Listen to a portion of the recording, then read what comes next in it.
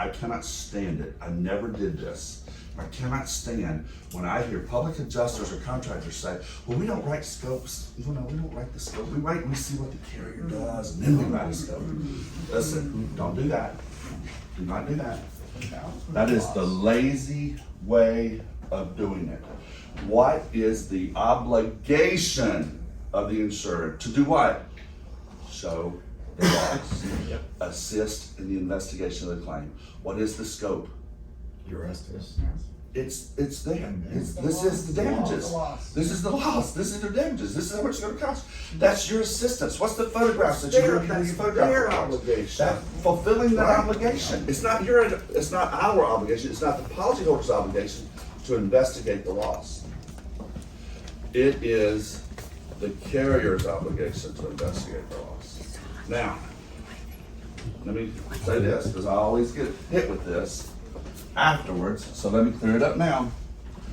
It doesn't mean it's right. It doesn't have to be right. There's nothing that says that they have to do it right. Is there? Nothing. So they can screw up the investigation all they want, because if they screw it up, what happens? Works in your favor. We win. We win. And the policyholder is now subject to what? Come on, guys, you gotta help me. Bad faith. Bad faith. Trey, you guys are gonna get to see Trey today. Ask Trey about his bad faith case on his mobile home. They ponied up 80 grand. Just ponied it right up. Just 80 grand. You wanna know why? Because he didn't investigate the loss. Trey caught him. He caught him red-handed. All right? So, you have to understand the duties and the responsibilities of each party, right? And if you understand those duties and responsibilities, you stop with all the stress. There's no stress then. You say, okay, look, policyholder, these are her obligations. Let's make sure she's doing what she's supposed to do. Carrier, here's your duty. We're gonna let you do it. Come on out. When you wanna do it, who you sending? What's the St. Bernard's name? Does he like milk bones? We got milk bones in the refrigerator. Come on, bring him on. Let them do their thing, and then they'll issue some type of a coverage determination. And at that point, that's when you go to work, right?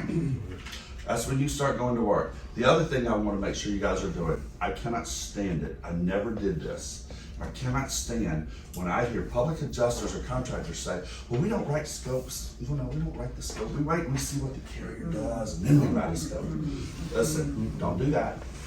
Do not do that. That is the lazy way of doing it. What is the obligation of the insured? To do what? Show the loss. Assist in the investigation of the claim. What is the scope? Your estimate. It's there. This is the damages. This is the loss. This is the damages. This is how much it's going to cost. That's your assistance. What's the photographs that you do when you do your photograph reports? That fulfilling that obligation, right? So we have a case right now. Let's go into trial because we have a public adjuster. Not very smart on her part. She never sent an estimate. She never sent any photos. She never sent any documentation. Carrier issued a coverage determination, denying win. Sent it over here to us, and now she wants me to be David Copperfield. Well, guys, You've done it in the past in her defense. well, I have. I have. And I'm probably going to do it here too. You know why? Because I'm good. But that doesn't mean it's not hard on me, all right? It's harder on me. Just do your job the way you know to do the job, and everything winds up working out in our favor. Why? Because the carrier, what? They owe, right? Listen, I know you, Peter, we worked a long time together. You are not going to come out here and bring me some bullshit claim. Michael Scrodado, Megan Van, worked with you guys a long time. You ain't gonna bring me some bullshit, right? All right. But these other ones do. And then they expect me, and then when I can't do it, what do? They blast me all over Facebook. you know, and everything else. Listen, just do what's right, do it in the order you're supposed to do it, and I promise you it'll work out. It always works out. Have I ever had a claim of yours that didn't work out? Nope. Ever had one of yours that didn't work out? Ever had one of yours that didn't work out? Oh, good. All right, all good. No. Mr. Randolph Love over there, same thing, right? Yeah. All right, so, but we have all these post-loss obligations, and we need to understand what they are. We need to understand why they're so important, and why every contractor and every public adjuster needs to understand this breakdown, this mindset, all right? And if you do that, what you're gonna wind up with is when you go out there, you're gonna find you're just walking, you're just going through the motions now. It's like click, click, click, click, click, click, click, click, and you're just doing it. And it's gonna get easier for you. It's gonna get a lot easier when you start doing this. All right, there are duties that an insured under the policy has after a loss. The homeowner's policy will have specific duties assigned to the insured who suffers a loss. So, how many of you do commercial losses? Listen,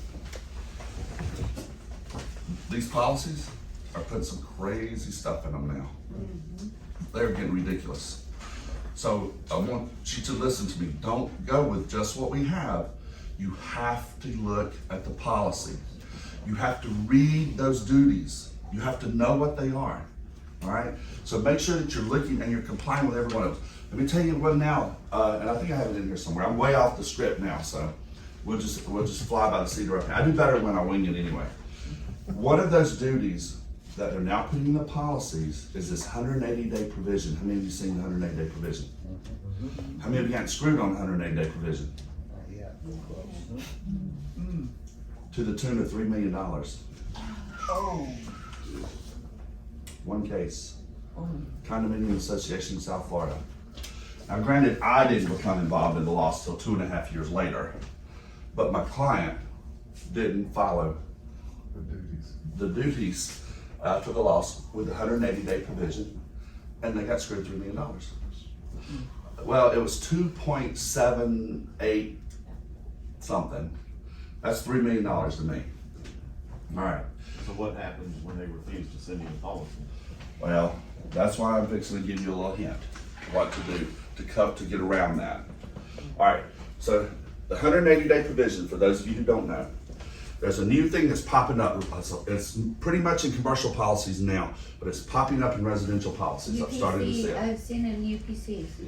Yep, absolutely. The 180-day provision is if you do not claim replacement cost value within 180 days of the loss, your policy reverts to an ACV policy. The loss and not when it's reported. Yeah, reported date means nothing, all right? It really does, unless they're trying to claim late notice. You always want to go with the date of loss, never with the date reported or the date discovered. Don't ever go with that date. You show me a policy where it says that date is accurate. It doesn't. It says the date of the loss. Now, there are a few policies, but they're few and far between anymore that says as long as the loss is reported within 1 year. Right? You ever seen those? Well, those policies are gone. They're not here anymore. Because they've been winning on this late notice, this late reporting. All right? So that's why they're changing the policies. Guys, we gotta know these things. You gotta be thinking about this. So always go with date of loss, not date of discovery. All right, so if you don't report the loss, or if you don't claim replacement cost value, within 180 days, you lose it, and its policy now flips to ACV. So what I want you to do is every single one of your letters of representation, you need one line in it. I think I've already got it in yours, I got it in yours, I think I got it in yours. I don't know if we told you about it. All right, you need to change your letters of representation, and it needs to just have one line that says, please be advised that the policyholders wish to claim replacement cost value, ordinance and law, and any other rights they may have under the policy for this loss. All right? Say that again? The policyholder wishes to claim RCV, replacement cost value, ordinance and law, and any other rights, he, she, they, it, right? Because we got the he, she, it, they, may have under the policy. And say, for this loss. For this loss. Now, let me tell you something. I got one right now where I did this presentation a long time ago, and a public adjuster heard it, put it in her letter of rep, and we now have one where she didn't get involved till 6 months after. All right, it was after, maybe 9 months after the loss, but she sent in the letter of rep, and she claimed it. Now they're trying to back up on it, and we're saying no. I at least have an argument. Right? That I can take before the judge, and I can make a public policy argument before the judge. But you just got to give me something to argue. Listen, will I not figure out a way around it? If I just have something, I just need something to argue. So put that in your letters of rep today, and it will help you protect you, and it'll help protect your client. Why? Because if you go past 180 days and you didn't look in the policy, and you didn't know about it, and the policy flips over, what's the client going to do? Who are they coming after? Hey, how are you? Come on in. Probably you, because you are you're the professional. All right. So I just saved you on your errors and omissions insurance. All right.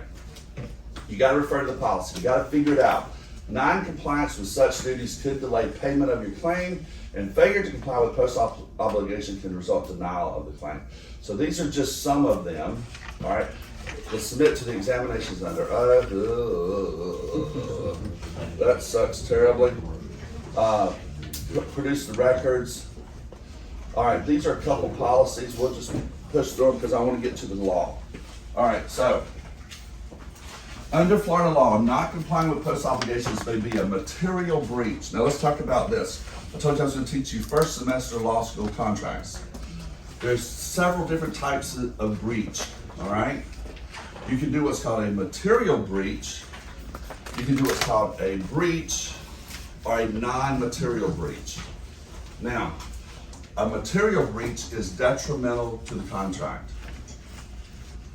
When a party materially breaches, the other party has no obligation to do anything else. So now let's think about what I was telling you earlier. You don't do what you're supposed to do on your side with your burdens, and then you wonder why the carrier's not doing anything else. Because he don't have to. Because it's a material breach of the policy, and it may be fatal to the claim and grounds for what? For what? All right. I know that's strong, isn't it? Yeah. But it happens. It happens all the time, and it can happen. But you need to just know this, right? So that you can prevent it. It's preventable. It's easy to prevent. This is the Hamill case. It was the appellate court out of the 4th DCA. All right. Let's talk about prompt notice, because that's been a big issue right now. As a matter of fact, Donnie had a hearing yesterday on prompt notice. I want y'all to ask Donnie about the prompt notice hearing he had.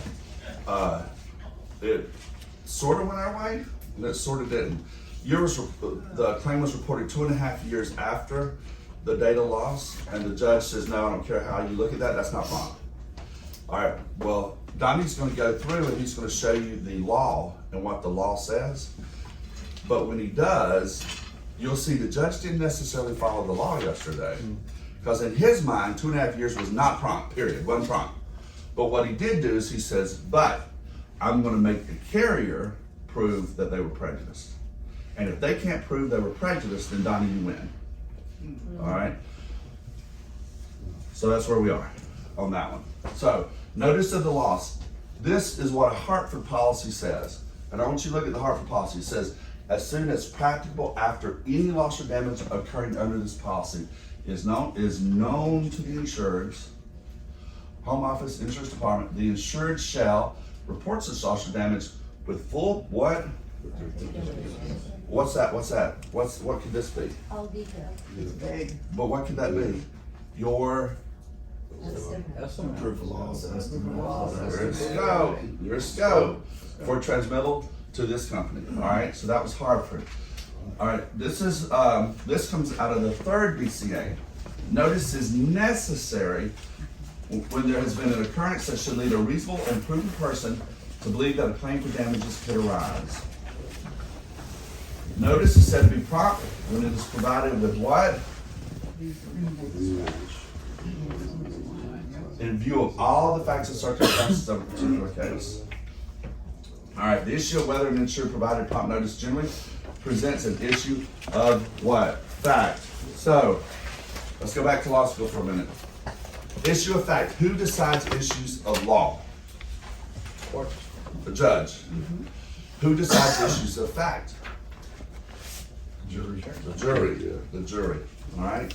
So, what constitutes a reasonable time within which to give notice of an accident under the terms of a policy of insurance is ordinarily an issue of fact. Notice of loss provided over 2 years after a date of loss did not constitute prompt notice as a matter of law. All right. So, Florida law provides that the failure to give timely notice creates a rebuttable presumption of prejudice to the insurance. That's no longer the case. We just had a case that came out day before yesterday that changed that up. So Donnie will go over all that with you. If the insured breached the notice provision, prejudice to the insurer will be presumed, automatic. It's automatic. Wow. All right. I know. That's why this is important that you know this. What does it say?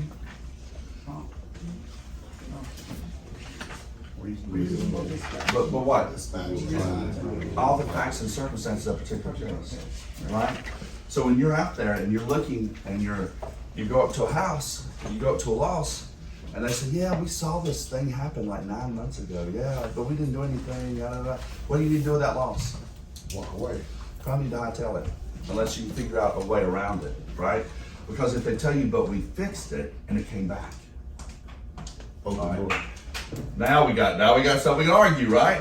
All right, just need something to argue. All right. So, Florida law provides that the failure to give timely notice creates rebuttable presumption of prejudice to the insurer. If the insured breaches the notice provision, prejudice to the insurer will be presumed, but may be rebutted. All right. So, how do we rebut it? What happened yesterday? That the insurer has not been prejudiced. All right, the determinations of whether the notice provision was complied with and what reasonable time under the surrounding circumstances are questions of fact. So in order to prevail on a late notice defense under Florida law, you need to find that in your books. Find that in your books and highlight that up. Put a big star by that. You need to know that. Why? Because when you're out there dealing with your clients, these are questions you need to be asking. You should be asking these questions, so that you can help put this claim from the beginning into a good light in case it comes legal.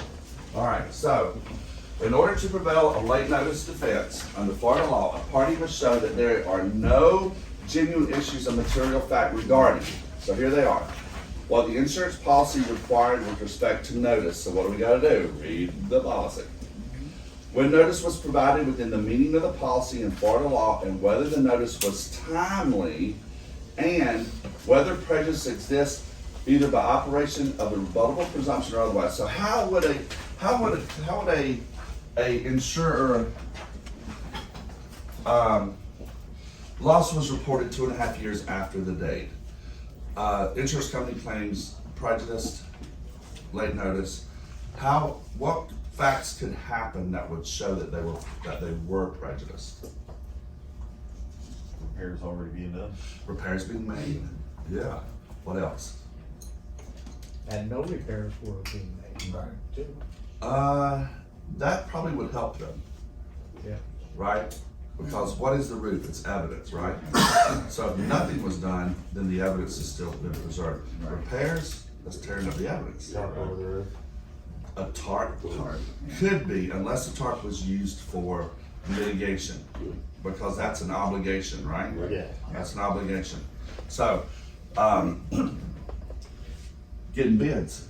Oh, I've had 5 roofers come out, and I had 5 roofers get up there, and 5 roofers have told me something else. You're the 3rd public adjuster. My husband went up there twice.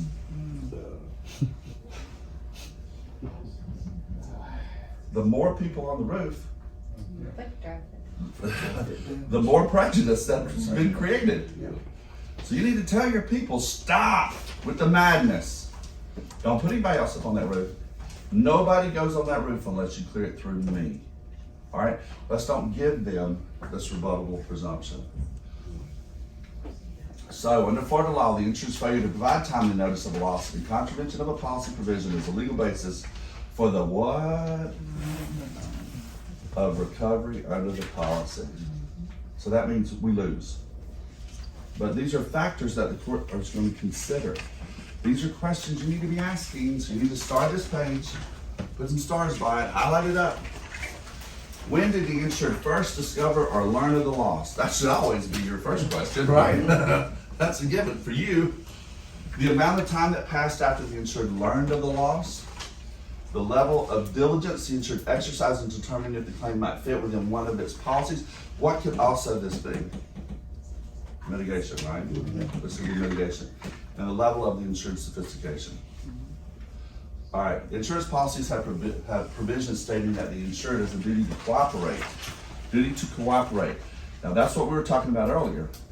You cannot prevent them from sending that adjuster out that you hate. That engineer that you don't like because you know he's gonna write a negative report. You gotta let him come. I want them people. Please. Please come on. Help me make some money. That's exactly right. Yeah, but you'd be surprised at the number of people that refuse to let them come out. And when they do that, it causes so many problems, all right?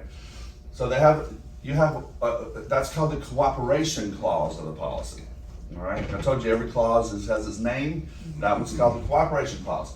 All right, to assist the insured in the investigation of loss. It's important that the insured and his, her, and its representatives cooperate with the company, meaning the insurance company, at all times. So, duty to cooperate. The purpose of the cooperation clause is to prevent collusion while making it possible for the insurer to make a proper investigation. In addition, the purpose of a cooperation clause is to enable the insurer to obtain relevant information concerning the loss while the information is fresh,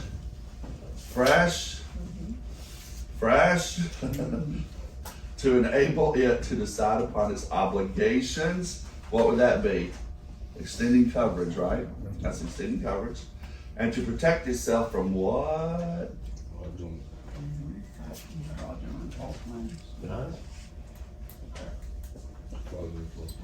All right. Accordingly, a cooperation clause requires honest cooperation and telling the truth. So, in order to demonstrate that the insured has failed to cooperate after reasonable communications of the insurer's request for cooperation, most jurisdictions require the insured demonstrate both an intentional what? Failure. All right, what was that word, Randolph? Intentional. Intentional. No, you ain't sending him out here. We're gonna kick him off the roof. Is that intentional failure?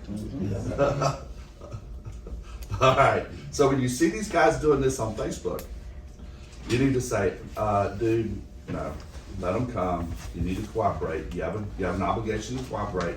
We know they're a bunch of jerks. They're hired guns, but you gotta let them do it, all right? An actual prejudice to the insurer's interest. So, examination is under oath. Now, Al is going to go into pretty deep with you about EUOs today. And you're going to learn a lot about examinations under oath. And you're going to learn, because these policies are now requiring public adjusters to sit for examinations under oath. How many of you have sat for one? Yeah, they suck, don't they? They I suck. ain't going. Yeah, well, we had one in here for a water loss that was about as simple of a claim as you could have ever asked. I mean, it was just, they had video, they provided the video. It was a simple water loss, nothing fancy about it, nothing complicated about it. we have a defense attorney in South Florida who's hell-bent bound and determined he's gonna make something out of it. And he put both the insureds under examination oath 8 hours for a simple water loss. A simple, non-complicated, straight to the point. The pipe busted, we saw it bust, we hit the video on our phone, we stopped it from leaking water everywhere, and we gave you a call the same day.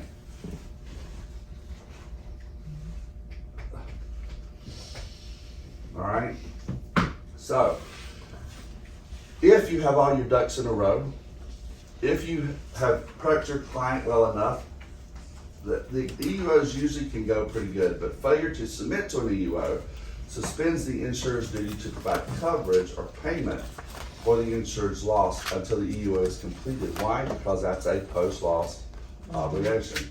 All right? So, an insured's refusal to comply with a demand for an examination under oath is a willful and what? All right, and what do we learn about material? That's fatal. Breach of the insurance policy which precludes the insured from recovery. If, however, the insured cooperates to what? Some degree. All right, that's called substantial compliance. And substantial compliance means you've done everything that you possibly could do. All right, so Michael won't give me his estimate, but I'm gonna go ahead and send you the photos that I have that I took, and I'm gonna send you the plumber's bill and this and that and the other, but Michael's not cooperating. All right, that would be substantial compliance. And Michael never sent it because Michael's busy, he doesn't have time. He's all frolicking all over South America. And next thing you know, the claim is now 2 years old and we're in litigation, and the insurance company says, hey, no, they didn't cooperate. We asked for all this information. I have 2 cases like that right now in my on my case list. I have 2 cases like that. And my argument has been, well, we substantially complied, so prove to me how you were prejudiced. You weren't, so get over it, right? All right, so the record evidence reflects that appellant's counsel repeatedly requested to reschedule the EUO to a mutually convenient date and time due to unavailability. So the appellant in this case was the insurance company, and they refused to reschedule the EUO. All right, so, but they presented evidence showing that he cooperated to some degree and or provided an examination for his non-compliance, an explanation for his non-compliance, which in turn created a question of fact. Who decides fact? Jury. The jury. Jury's fact as to whether there was a willful and what? Material breach of the EUO provision, thus precluding entry of summary judgment in favor of the insurance company. All right. Never, ever, never, ever let a client do an examination under oath without an order. Don't do it. What if they ask for this or a recorded statement, but they don't really have a reason, like, I'm just gonna do this because I wanna be a... Well, they can do recorded statements, and they do those a lot. But what do you need to do before you let your client get on a recorded statement? You need to prep them. You need to tell them what not to say. We have mold. Oh no, it's mold. It's mold. It's mold. It's mold. It's never mold. What is it? Water damage. Water. It's water. It's never mold. Why is it never mold? What comes first? Water. You can't have mold without water. So it's always water. After you get the water, what do you go back and get, Peter? The mold. You go back and get the mold. Right? How many times does that happen with you and Donnie? All right, that's right. So you never let them say the word mold. You also never let them say, well, it's been there for a while. Sam, you had that happen once or twice? Yeah, the other day. Or, Not recently. I want to pull your fridge out to show the mold, but I don't want to snap the line. Oh, that happened 2 days ago. This is news to me. Okay. Well, I got another one that I tell you. I just signed a $3.5 million car dealership in North Carolina. You know what the guy kept saying the whole time he was talking to me? Well, no, this was a big roof claim. Well, that's wear and tear. That's been up there forever. It's all wear and tear, wear and tear. If he said wear and tear once, I swear to you, he said it 15 times. And finally, my face was getting red, and Trey put his hand on my hand, and he said, "Stephen, don't do it. Don't do it. Now's not the time." Don't walk away. Yeah. Stephen said, just sign the loss. Just sign it, and then we'll deal with it. Just sign it, and then we'll deal with it. But that's all he said. It's wear and tear. It's wear and tear. Who told him it was wear and tear? The insurance company. Insurance company. And so what did he do? He bought it. He bought it. Well, I'm never gonna get paid. It's just wear and tear, wear and tear. Listen, let me ask you something. I put on a roof today, a brand new roof on my house. 24 hours later, do I have wear and tear on my roof? Sure, Of course. sure. Is wear and tear paid for under the policy? We're not filing for Absolutely, it. yes, it's paid for. Appreciate it. Yes, it's paid for. All you need is what? All you need is what? A loss. Damage. You see, damage. I don't care if the roof is 100 years old and it's 3-tab shingle. If it's shedding water, then it's doing what it was intended to do. Is it not? All right. So if it's shedding water and there's never been a leak in 99 years, and yesterday we had a big windstorm and it rained like hell, knocked some of those shingles off the roof, what's the first thing they're going to claim? Wear and tear. And you're going to say, maybe, but we had wind damage yesterday. And this roof was performing the way it was designed the day before. So therefore you owe for the claim, right? All right, so wear and tear. Don't be afraid of wear and tear. Use wear and tear to your advantage, and you flip it around on them. Flip it around on them. It's, I don't care about wear and tear. I'm not making a claim for wear and tear. We did not make a claim for wear and tear. We made a claim for wind damage, and we have evidence that there was wind damage yesterday, and therefore wind damage is covered under the terms and conditions of this all perils policy, and you owe. So pony up, baby. Right? What if it was a water loss, cast iron drain line, and they denied it because of wear and tear? No. They denied, not quite, but, Everything else. yeah. All right, Trey is going to go over water losses with you, and he is going to show you in the policy how to use that. I love water. You're gonna love Trey. That exact thing that you just said, that exact thing, he's going to show you in the policy how to flip it around and use it on them and get paid every time. Made a mistake. All right, so you got to get a lawyer. Don't do these examinations under oath without one. We do them for free. We do examinations under oath for free. The only thing we ask is when they don't pay you, that you bring the claim back to us. All right, just bring it back to us. Proof of loss. This is, I'm going to say for Donnie. Donnie does a great job going under proofs of loss. But let me tell you something. How many of you file civil remedy notices? Nobody in this room. Good. Because here's what I'm going to tell you. They don't work. They don't work till you get to litigation. But a proof of loss is your biggest weapon. It is your biggest weapon. And you should file them on every claim from the beginning. From the get-go, you should file it. Now, why? Every state that I know of, that I've looked at, where they talk about proofs of loss in their legislation or in their case law, proofs of loss set a time clock. And the time clock starts ticking. Tick, tick, tick, tick, tick, for these when you submit the proof of loss. Now, they're gonna tell you, so we have two clauses, right? We have some policies that say you must do it. All right, if you don't do it, guess what you haven't done? Haven't complied. You haven't complied with your post-loss obligation. That's why you have to read the policy. Some policies say do it under our request. All right, I don't care, do it every time. Do it every time. Because you set that clock. And when that clock starts ticking, they're under the gun and they know it. Yeah. And they know it. But what do they always send you back? a letter says, oh, we reject your proof of loss because we didn't request it. Or they say, we reject your proof of loss because we don't agree with the scope and dollar amount, right? You seen that before, Sam? Oh, every day. All right, so when they do that, what do you send back? I had one the other day that said, not the other day, it was a while ago. Let me think, it said something about, we don't understand your proof of loss or something.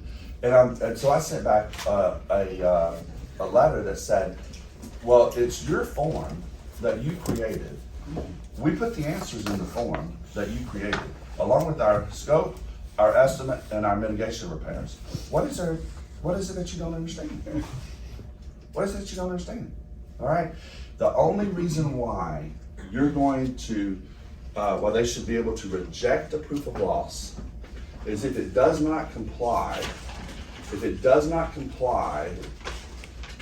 with, and it doesn't have all the information, it has to be technically deficient. Technically deficient. So that means instead of putting in a number, you put in TBD.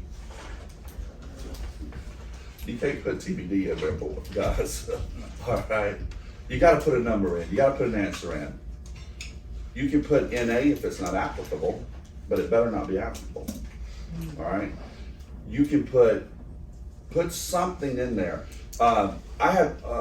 We had a public adjuster, and I think it may have been you guys, Peter, where they didn't have the policy. The carrier would never provide the policy, and we needed to send in a proof of loss. So what we did was we put in there in the provision where it says something about this particular proof of loss, ask for policy language and stuff. So what we had put in, having put in there was unable to provide as carrier has never sent in policy. Has never sent policy. All right, just something short and sweet. I can't provide it because you didn't send it to me. We also include that in the letter of rep on your recommendation as well. If you fail to send us a copy of the policy, please understand that we may not be able to comply with all those loss obligations. That's exactly right. That's good. That's exactly right. So you might want to add that to your letter of representation as well. All right. So So what about like ALE? I mean, you have no idea what that dollar amount is. unable to And I've determine at run this into time. that problem where, you know, we didn't list it and now it's an issue. So now I started listing policy limits, just to put a number in there, but what do you recommend? You could put not incurred at this time. Okay. Or you could put unable to determine at this time. Or you could just put the policy limits and then put a question mark beside of it. Why don't you put a question mark beside of it? Just let them know it's undetermined or? Well, right, it gives me a argument to say, well, what's your name? Marshall. Well, he's accusing you of fraud because you put in here that they have $80,000 worth of ALE and they only use $20,000 of ALE. But I see here right beside it that you put a question mark. Well, did you put that question mark there, Marshall? Yes, I did. Why did you do that? It's questionable. I didn't know. All right, so now what do I have? An argument. Yeah. Just give me an argument. Just give me an argument. So All what I'm right. saying is you can't win, you know? Well, you can win because now what are they going to do? What are they going to do? Fraud is intentional. It's an intentional act. Right. You didn't know. You weren't intentional. That's why you put the question mark there. Right. If All right. if there's more damage that is incurred after your current proof of loss, does a second proof of loss cause the time to recur? No. Reset? Not a bit. Okay. All right. So we're going to fast forward here just a little bit to this, and then we'll back up. All right. Every proof of loss should have this statement on it. Every proof of loss should have this statement. And right here, you can see we squeezed it in somewhere. This is the original Florida one. But every proof of loss needs to have this statement. All right, keep going. No, just keep going. Right there. All right, so start this one, because this is what you need to do. You need to make sure that you put this on every proof of loss. Every proof of loss. And it needs to say the insured reserves all rights he, she, they, and it may have under the policy, including but not limited to, what? Supplementing the claim or filing what? Proofs of losses should this cause arise. The proof of loss does not address hidden damages, and it does not include any unknown damages or complications or additional costs that may be associated with replacement costs of the damage of the insured property. All right, you gotta have that on your proofs of loss, guys. You should do that. Now, let me tell you why we started doing this. I had a case in Georgia early on in my legal career when I thought I knew everything and realized I didn't know a damn thing. And it was an all-state policy. And what do we know about all-state policies? They require a proof of loss. Yes. Right? You must do a proof of loss with Allstate. So we did it, we complied, we sent it in. And at the time, I had information that the loss was, let's just say it was somewhere around $75,000. Because I don't remember what the numbers were right now. We got into litigation, we got a little farther down in the loss, and we found additional damages because I sent out a construction expert, right? I'm a good attorney, I cover my ass, so I want to know what's going on. So I sent somebody out there. He comes back and he said, oh, Stephen, you got a lot more damage than you thought. Yep. I said, do I though? He said, yeah. He said, I'll write you a new scope. I said, okay, write it up for me. Come in like $120,000. So I sent in, being a good attorney, trying to comply, a supplemental proof of loss. We got into deposition, and this jerk of an attorney in Georgia, and he is a jerk. As a matter of fact, my law firm got this guy, we didn't get him disbarred, but we got him a bar complaint through the federal judge up there for pulling some shenanigans. But let me show you what I did. So my client, he said, is this your signature right here? She said, yeah. How much is that proof of loss? She said, $75,000.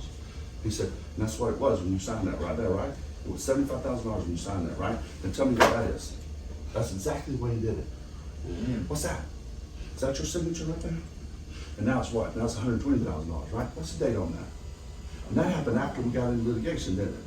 Did your attorney tell you to do that? Did your attorney tell you to do that? So suddenly this claim went from $75,000 to $120,000. You know why it went from that much? I didn't know. She had no idea.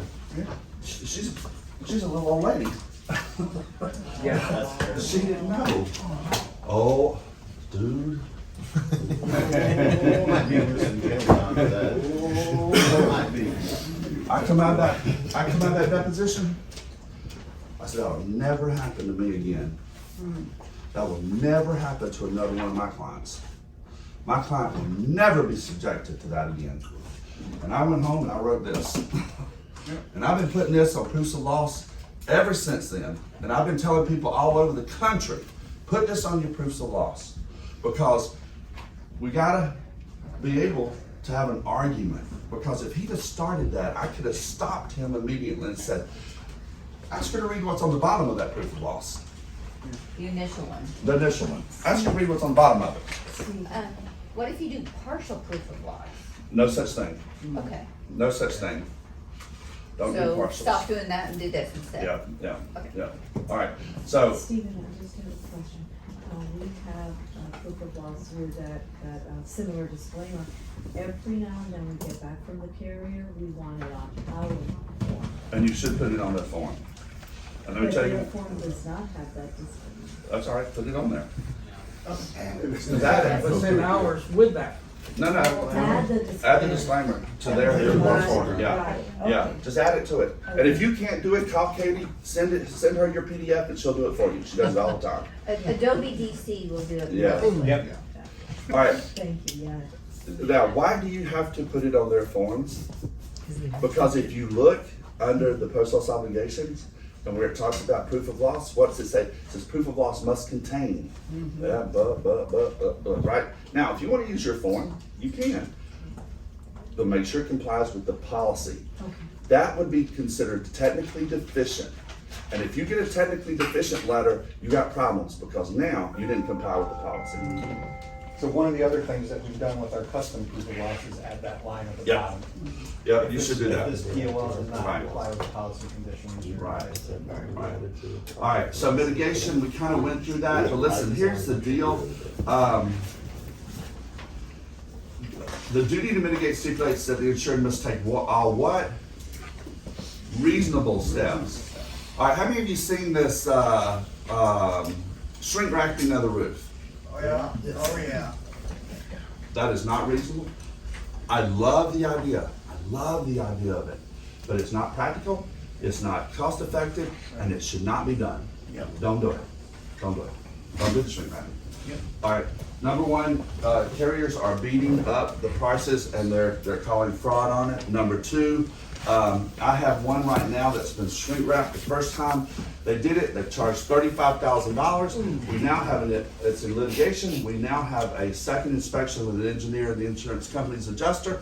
They want $10,000 to take it off and another $35,000 to put it back on. Yeah. And the carrier is looking at me and going, No. no. That's more than the claim. We ain't doing it. How about when they put the tarps on there? We have another little windstorm come by, the tarps get blown off, they have to come back out and put the tarps back on there again. 2 or 3 or 4 times even. Right, that's true. I just signed a large apartment complex not far from here. And they have 17 buildings and every building has 8 or 9 tarps on it. Yep. They're still having leaks. All right, I was a roofer, so I like to do what's called a permanent temporary repair. Pilling stick. Pilling stick. All right, do it. Use pilling stick. Get rid of it. Stop it. Be done with it. Who cares, right? We comply. It's over. We don't have to worry about it. We don't have to worry about arguing. When we have to go back out there for second and third inspections, we put an engineer on the roof. What do we have? We have accessibility. We don't have to worry about getting the tarp off, put back on. And you don't have to be caught between the roofer and the homeowner and the insurance carrier about paying for all these tarp prices, right? Now listen, I like tarps. Tarps have their place and they should be used. But if it's a roof and they're not paying it and you see it's gonna go on and they're still having damage, do a permanent temporary repair. Put the pilling stick on. But if you do that, then you're covering up the damage, and you can't heal it all.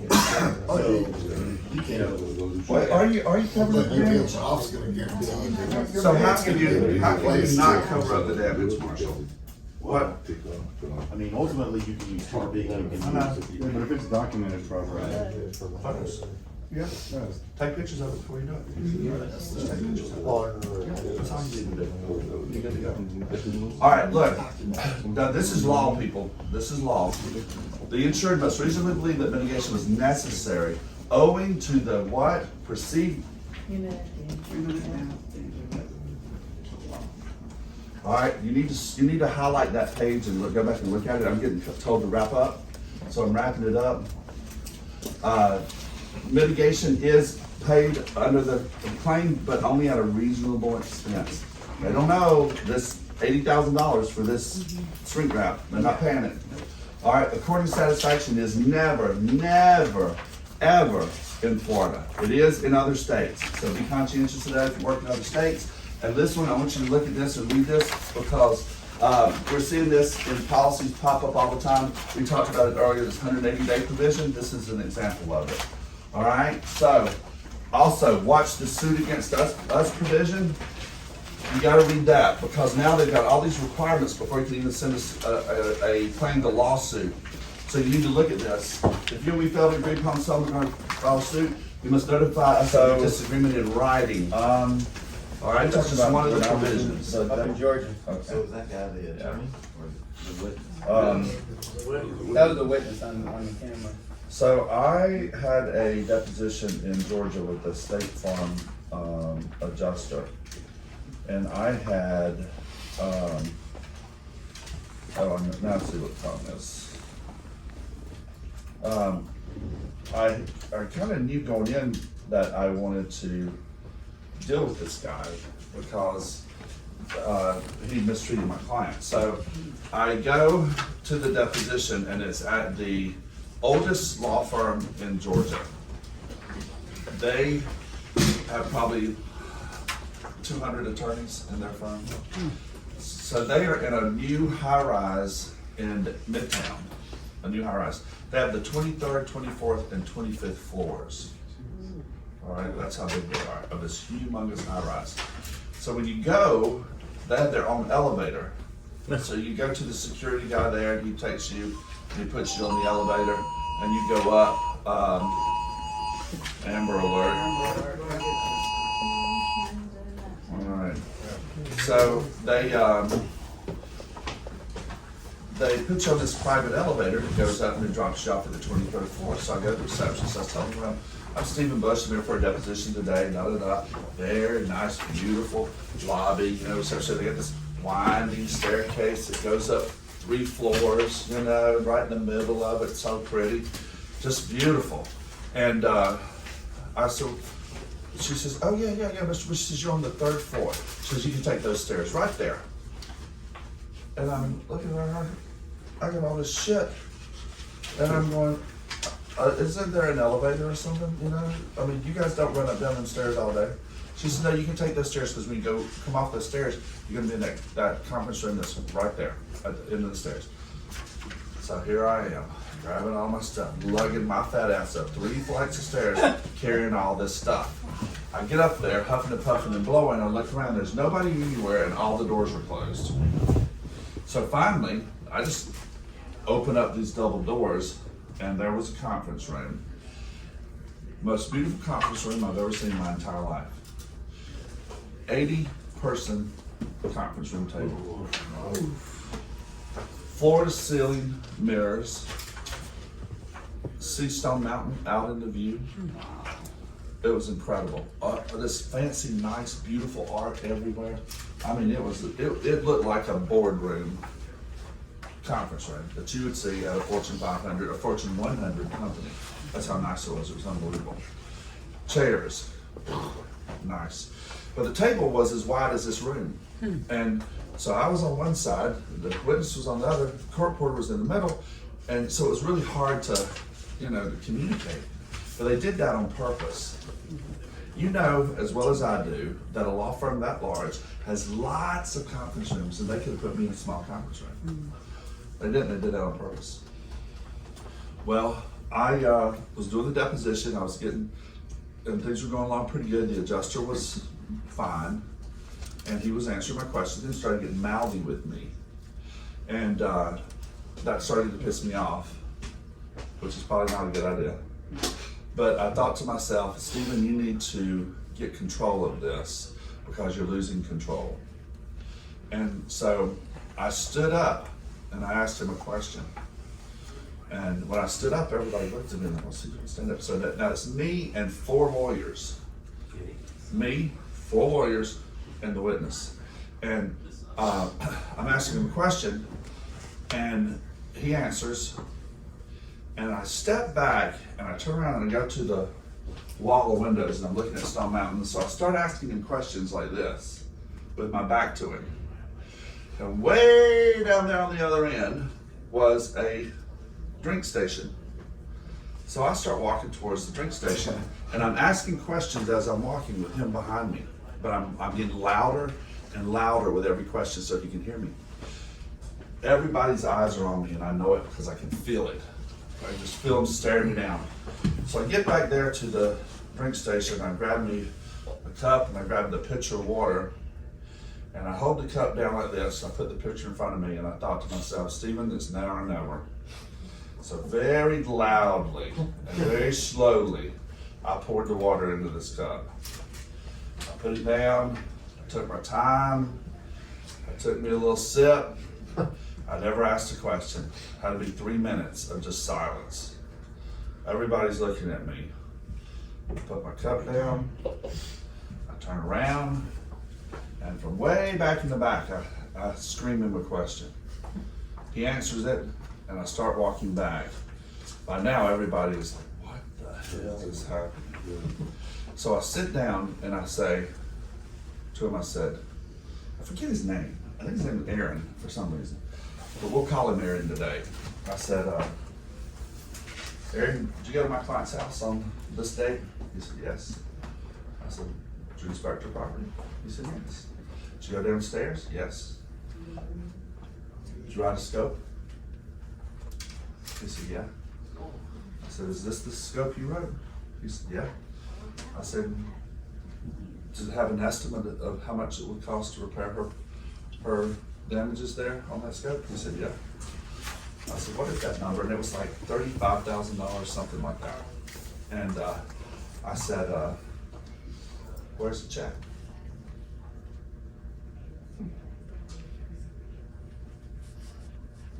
It was silent, just like this. I said, where's the check? He didn't say anything. I said, you were responsible, and you've admitted earlier on your testimony that you were responsible for making sure that she got the check. She didn't get the check. Why didn't she get the check, Aaron? And he said, because I didn't think she deserved it. You're up, Master.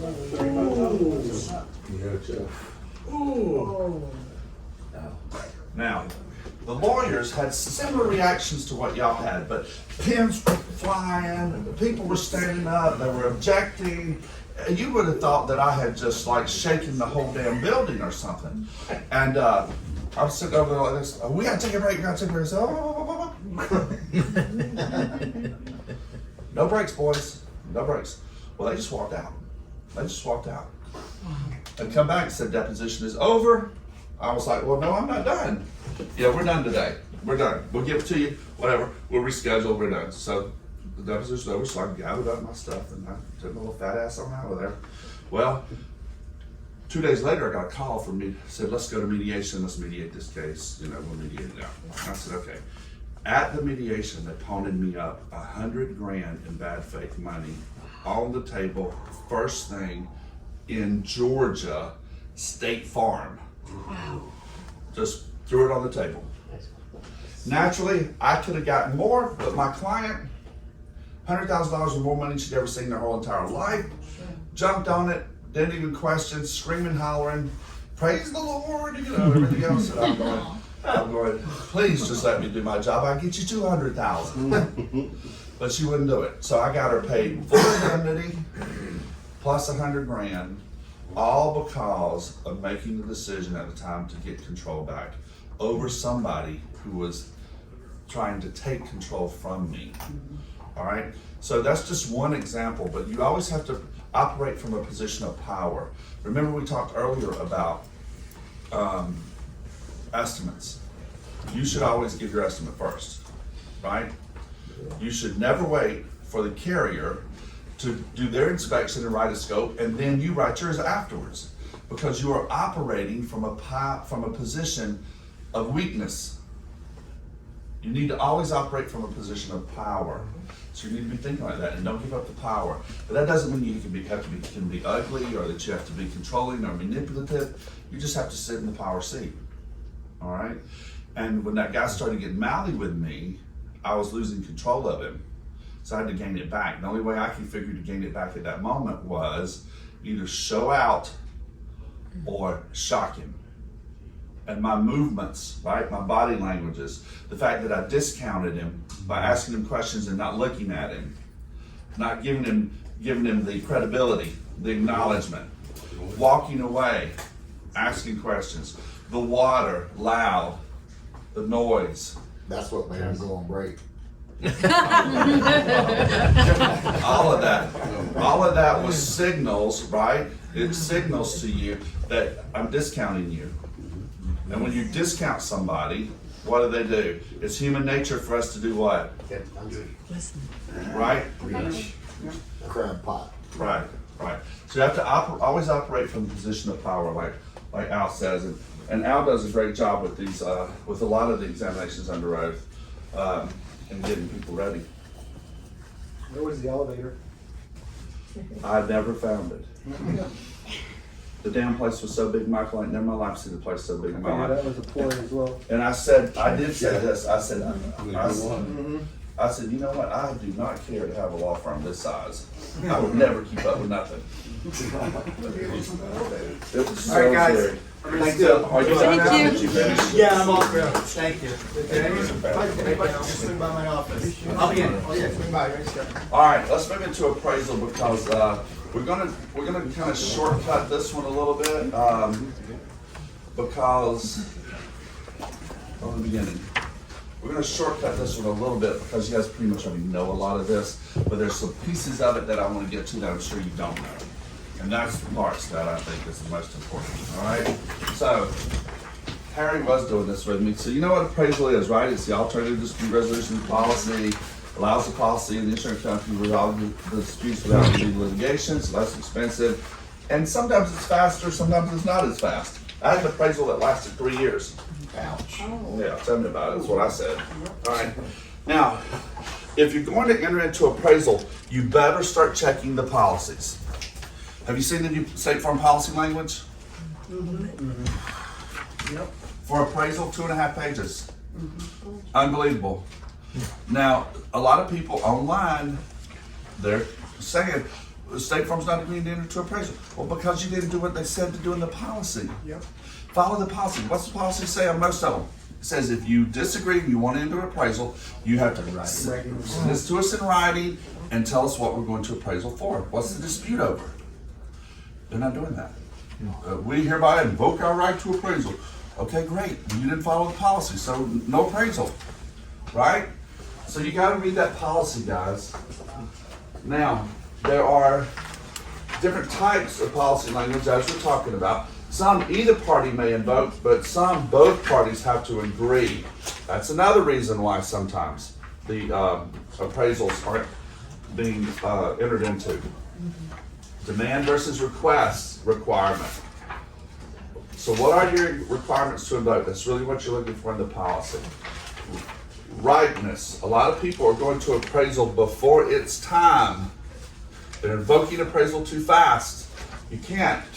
In most policies allows either party to compel appraisal if they what? Follow. Disagree. If you don't have a disagreement, you're not going to appraisal. So you gotta get the carrier to first give you a coverage determination. So you might have to wait it out a little bit, all right? Don't invoke too early. Disregard the value of the property or the amount of loss. Value of damage and amounts needed to repair the damage. Failure to claim actual cash value, replacement cost value, maybe defenses. Remember we talked about the 180-day provision? All right, looky here. And where's this coming from? CMR Construction versus somebody. We didn't get the rest of the case site. All right, maybe defenses to the amount of damages that the insured may obtain, but they're not a basis for denying the appraisal process. All right? Now, that's why you get into appraisal and you get an award like I got for $1.8 million, and the carrier sends you a beautiful little check for $330,000. And I'm going, well, wait a minute. All right? So you got to know what you're doing. Post-loss obligations. Insurance must comply with the post-loss obligations of the policy before you enter into appraisal. You can't go into appraisal until post-loss obligations have been met. Another reason why public adjusters and contractors are not getting, carriers aren't entering into appraisal when they send it. They're ignoring it. Or they're saying, no, we're not right. We're not ready. Could be post-loss obligations haven't been met. So the law in this district is clear, and it has been for nearly 20 years. The party seeking appraisal must comply with all post-loss obligations before the right to appraisal can be invoked under the contract.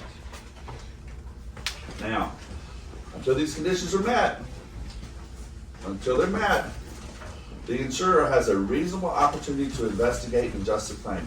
There is no disagreement. No disagreement regarding the value of the property or the amount of loss.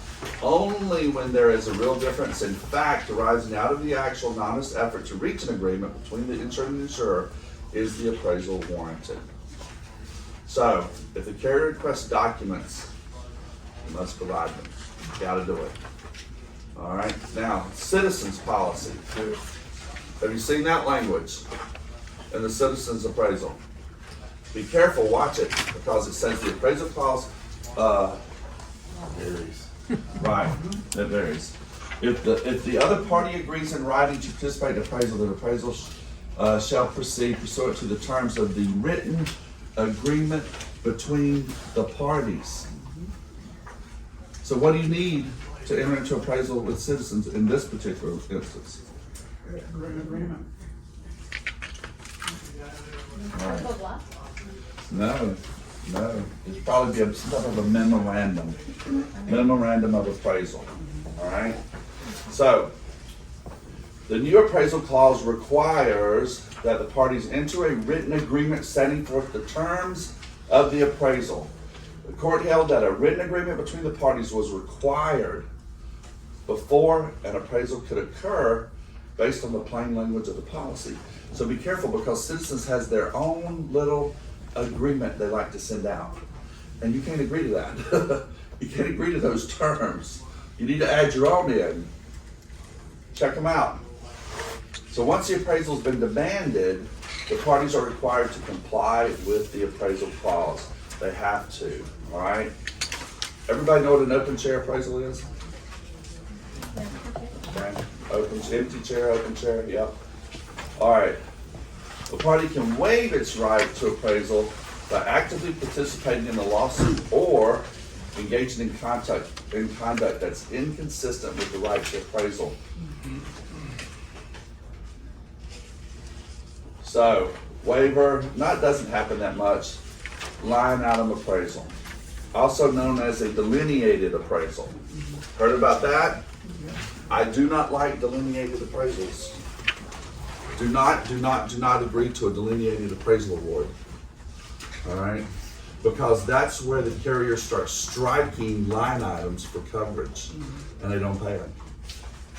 So, I have one where the policy required a delineated appraisal award, and the carrier struck almost 50% of the line items claiming coverage. But isn't that good for us? I mean, you can litigate that, now it's litigatable. Now it's litigatable, I yeah. mean, you set a dollar amount, so there's. Yeah, but it's terrible for the policyholder. Right. Yeah. And that's what it drags it out further. It's gonna be more expense. It's just not worth it. Just not worth it. So if you can get away with just a written award, do it. Now, let me give you a little key about something here. Do not ever let your appraisers put 0 in any award. I'll give you a great example, ordinance and law. So not appraised. Say not appraised. If they put 0 in there, guess what you just got awarded? 0. Careful, careful, careful. Appraisal for ordinance and law costs cannot occur until such time as those expenses are incurred, right? So you can't appraise them, or if you do appraise them, they're not paid until they're incurred. So, if they're not gonna appraise them, they gotta say in that, not appraised. Don't put 0. All right, so the court pointed to the Florida Supreme Court in Cabello, in which the panel held that the consumers were only permitted to recover under ordinance law for expenses that had been incurred. So what does incurred mean? You have to spend the money for it first. No, incurred, it means to become obligated to the costs or to the expense. All right, so again, this is the Cabello case. Specifically, the Florida court cited the language in Cabello that to incur means to become liable for the expense, but not necessarily to have actually expended it. All right, so that's your case. I do the citizens. Yeah. All right, so this is the important part that I really wanted to get to, because we all need to know about this. And this is coming up more and more. Thank you. This is what's coming up more and more and more and more and more. This disinterested, independent, and impartial. Now, I want you to mark these in your book. And I want you to just pay special attention to these, because you can flip this over onto the carrier. Especially if you know that you're getting an appraiser on the other side you really don't like. All right? So, the State Farm versus Sanders case said that a public adjuster under contract with the insured cannot serve as a disinterested appraiser. Cannot do it. So the prior cases were the Rijas and the Galvez case. Those all came out of the second DCA. I'm sorry, the third DCA. And the third DCA held that an appraiser could still be independent or disinterested even if the appraiser received a contingency fee. The appraiser merely needed to disclose the financial arrangement. But Sanders recedes from this. That's no longer the law. All right, so here is your law. And this is how it has transpired or morphed over the last couple of years. All right, so Sanders was the last case, and it was in the third DCA, disinterested, no contingency fee. So an appraiser in Florida in the third DCA cannot charge a contingency fee. Got it? They have to be on an hourly. And let me tell you something, do not let the hourly equal up to be 10%. If it does, you're gonna have some problems with the court. And you're gonna have some problems with me, because that's fraud. Don't do it. You have to go over it. I'll let you decide that, but you better damn well be ready to prove every minute with me if you pop up here in the third with a contingency fee and you trying to charge my client that. I ain't playing. Yeah. That don't work. All What right. about a flat fee? A flat fee, you can do a flat fee. You can do an hourly. I've heard someone doing 3%, is that wrong? Absolutely. Yeah, okay, that's what I figured, Yeah, yeah. because that means contingency. Kinda Yeah. all over the place. All right, so here's Sanders. Public adjusters have a fiduciary duty to the insured, which prevents them from being impartial. So, public adjuster cannot be the public adjuster and be the appraiser. You can't be both. You're one or you're the other, but you're not both. The contingency arrangement gives the public adjuster the financial interest. So what is a fiduciary duty? A fiduciary duty is a duty to act for someone else's benefit while subordinating one's personal interest to that of the other person. It is the highest standard of duty implied by law. So public adjusters, you are a fiduciary, which means you must handle your client's interest and their money like it's your own. And to some extent, even ahead of your own, right? Right. So a fiduciary owes to its beneficiary the duty to refrain from self-dealing. Self-dealing, circle that word and look it up. The duty of loyalty, the overall duty to not take unfair advantage of and to act in the best interest of the other party, and the duty to disclose mutual facts. That's a fiduciary. Attorneys. What is it with attorneys trying to be public adjusters and appraisers and umpires and everything else? Just pick a damn attorney. Come on. Right? I don't get it. I don't get it. Attorneys representing the insured are not disinterested, obviously. Engineers or other company experts who already rendered opinions, circle that because that's going to come back up. Who've already rendered opinions cannot be impartial. Cannot be impartial. So let me ask you something, Marshall. You are my buddy, and I like you. And you and I do a lot of business together. I feed you business, you feed me business. We watch others die. Maggie, my client over here, she's got a pretty large loss. But before I invoke appraisal, I want you to go out and look at it, Marshall, and tell me what you think. And if you think it's pretty good, I'm gonna invoke the appraisal on the name using the appraiser. Sounds a little red. Sounds a little red. Right. Can do that? You don't like that? Not once he sees. That's super You don't bad. like that? Michael, you don't like that? Can you do that? Why? Because he has a prior opinion. A prior opinion of the loss. Has a prior opinion of the loss. Can't do that. All right? That is against the law now, according to Berners the Axis. He has a financial interest in. He has a financial interest, that's right. ALB contractors appraising their own claims also would not be disinterested. So, who can be a disinterested appraiser? There you go. That's the money slide. And this, my friends, is what you need to be looking at. You need to be thinking about this. They're not paid on a contingency, no prior opinion before the appraisal, and no fiduciary relationship. So what is the court trying to say that this process is? Independent, impartial. Now, carriers are manipulating this process to no end, and they are not following this. I'm seeing it every day. That's why I hate appraisal right now. If you're taking your cases to appraisal, you're gonna get snipped. I wouldn't do it right now. Not till it cools down, not till some litigation happens, or something gets straightened out, because these insurance companies are having conference calls with their appraisers and telling their appraisers, you can only use the umpires that we're telling you to use. Right, right. And if you don't use them, we're not gonna use you as an appraiser. I actually have that in writing. I'm not surprised. Or the appraiser could be on their chosen use of contractors list. All right, so listen, it's being manipulated behind our back, something terrible. I know a lot of public adjusters tell me they like to take large losses to appraisal because it's a quick payday, it's over, it's done. They get the money and run.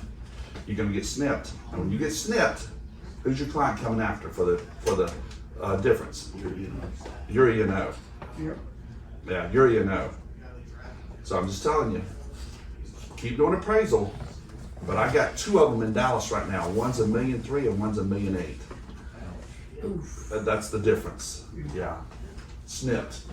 Client's so pissed he can't see straight. He's coming after my contractor out there. He's coming after the public adjuster. He wants to go after the umpire. He wants to go after the appraiser. He wants to go after the insurance. He wants to go after everybody. Right?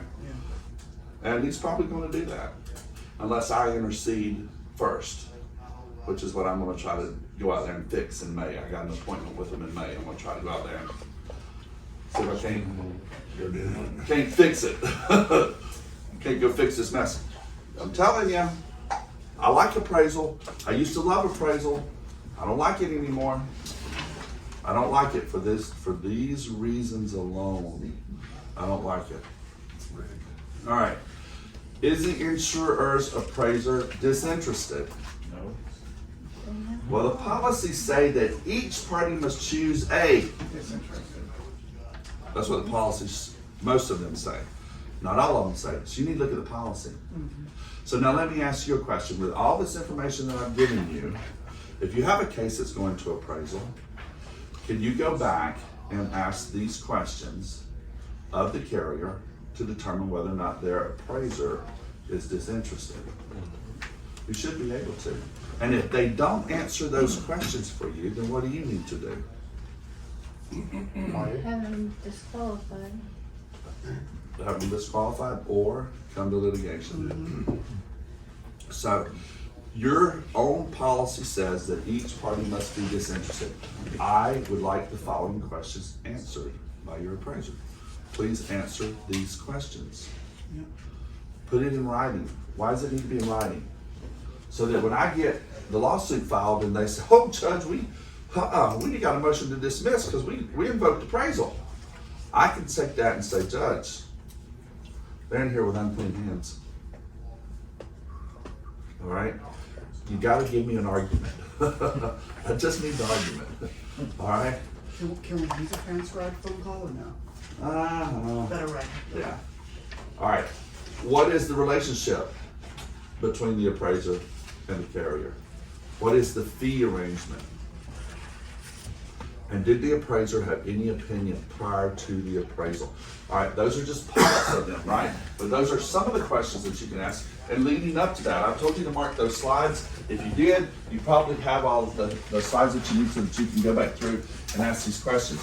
So I told you this book is golden, right? How does it go? You gotta keep it by your desk. You gotta keep it by your phone. I would tab it. I keep telling Katie, I want us to get tabs up here. So you can just flip to it. Just flip to it. Like the old notebooks used to have the tabs that stick out with the names. Yeah. So this way you can use this information. All right, and listen, don't quote case law, don't go commit an unlicensed practice of law. All right? But you're certainly welcome to say, you know, I talked with Mr. Bush about this, and this is what Mr. Bush said. All right? But now don't say I said something I didn't say. All right. Competent. Some of them say competent appraiser, right? So what is competent? Parties are free to specify the credentials appraisers in their contracts have. Basically, the dictionary definition of the word competent include properly or sufficiently qualified or capable, adequate for the purpose. That's the one I like. Underline that one. That's mine. Adequate for the purpose. All right. Legally qualified or fit to perform an act, and duly qualified, answering all requirements. Having sufficient ability. I like that one. Or authority, possessing the requisite natural or legal qualifications, able, adequate, suitable, sufficient, capable, or legally fit. All right. This is out of the Citizens Property Insurance versus MA and FA Properties case. So, what's happening after appraisal does? Done. They're not They're not paying. them. Right. How many times you seen on Facebook, oh, we got an appraisal award, but the carrier's not paying it? Wow. Duh. Why? Because now what are they claiming? That's not covered. It's a coverage issue. Coverage issue. So you just wasted 6 months and $4,000 or $5,000. And guess what? You're not getting any money, buddy. You're out because we're claiming coverage. So now you got to come to the law firm. You got to try to spend all that money and then go again. All right. Or they're striking these line item appraisals awards and saying, well, you know what? I've been kind of doing an analysis of the percentage. It's ranging anywhere from 48% to 62% of what they're paying on these appraisal awards. That's what they're doing. All right. So was the award timely paid? Possible consequential damages for failure to timely pay. And then whether or not we have a bad faith lawsuit. Now in Florida, what I can tell you in Florida is a civil remedy notice must be in place prior to the appraisal being invoked. If the civil remedy notice is not in place prior to the appraisal being invoked, you have to wait 60 days after the appraisal. I know, it kind of sucks, but it is what it is. All right, so that's the quick, fast, and down and dirty on appraisals. Any questions?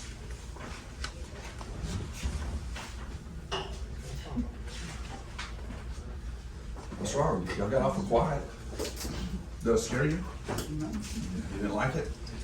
That was excellent. I have a question on appraisals. I've got one right now with Lighthouse, and the opposing appraiser is like, well, I don't know what's going on. I'm gonna basically not do anything because I don't know what to do. And I'm like, we signed an agreement. We gotta move forward. Lighthouse is insolvent in North Carolina, right? In North Carolina, yeah. Yeah, that might be what part of the problem is. He doesn't know if he's gonna get paid. And I get that, but Yeah. he still signed. Send him an open chair. Tell me Okay, so, if we yeah. can get with it or we're gonna We go already, open thank chair. God we already picked out the umpire. But what if the umpire doesn't get paid by the other side and he won't work either? Well, then he also has a problem. With the errors and omissions, right? No, not necessarily, but he has a problem because he needs to be disqualified. Okay. And that's what I would do. I would try to disqualify him. Unless you want. Yeah, I would disqualify. The appraiser? Yeah, I'm not an appraiser, yeah, I disqualify them all. Then what? Start over. Or either, or, well, you're probably in a position there though where you're gonna have to go to litigation if they're insolvent. Mainly because the, state insurance carrier is probably gonna be the one that's gonna be taking that over. Fine, yeah. Louisiana. Yeah, same thing in Louisiana. Yeah, in Florida it's FIDA,